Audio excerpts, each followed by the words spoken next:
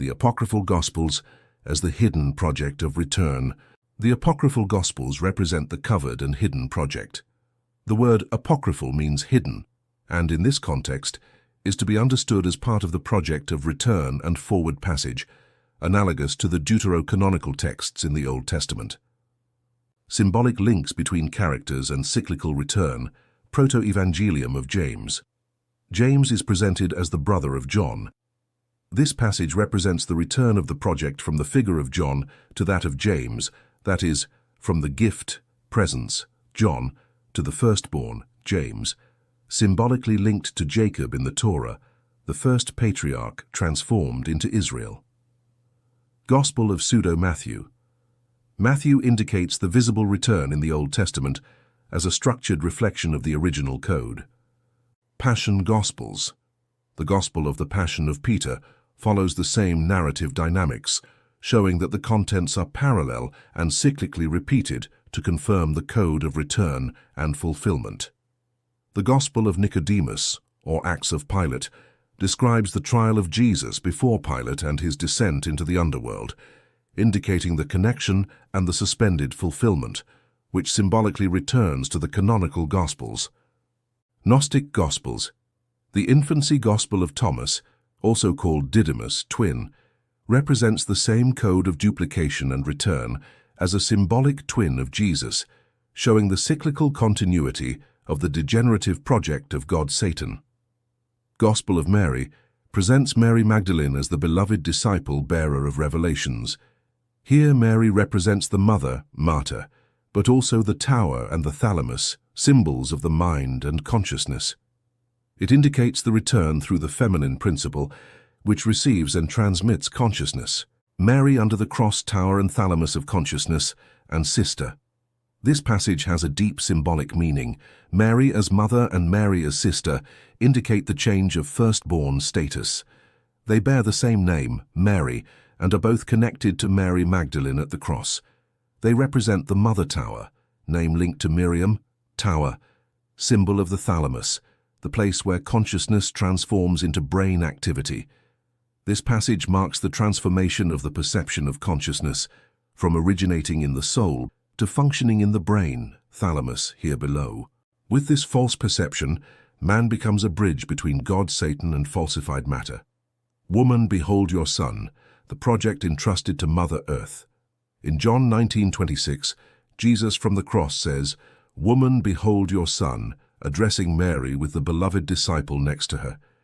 This phrase is not a family statement, but a symbolic code reflecting the transmission of the project to the feminine, that is, to Mother Earth, or conscious matter.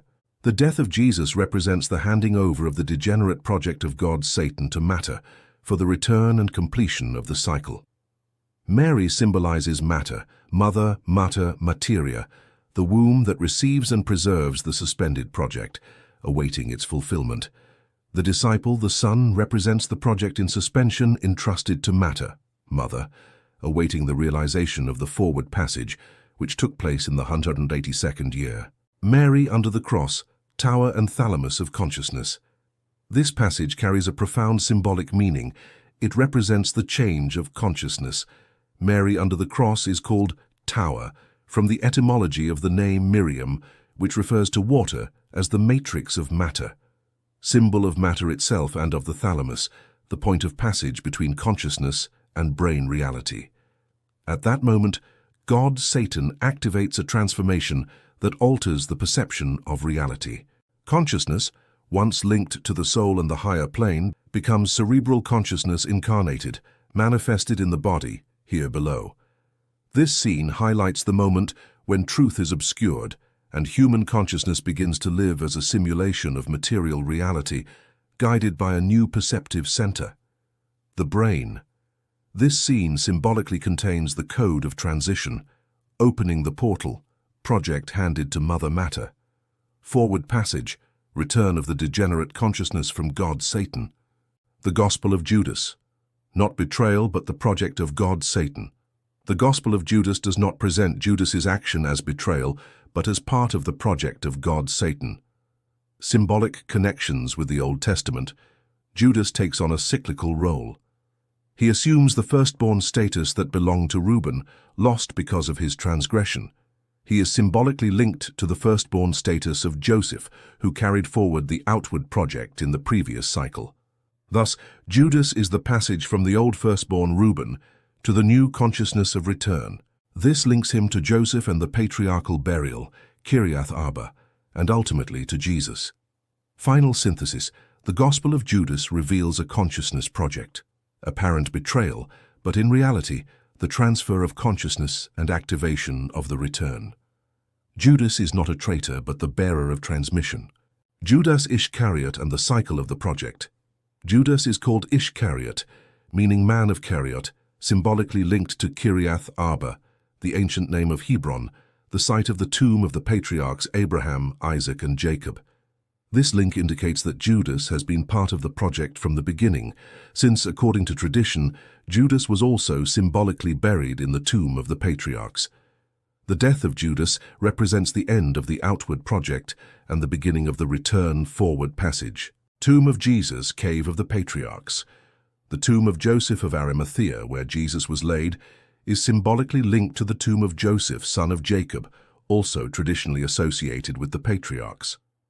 This connection suggests that the cave tomb of Jesus is a cyclical representation of the cave of the patriarchs, project in suspension, place of transition between generations and cycles of consciousness.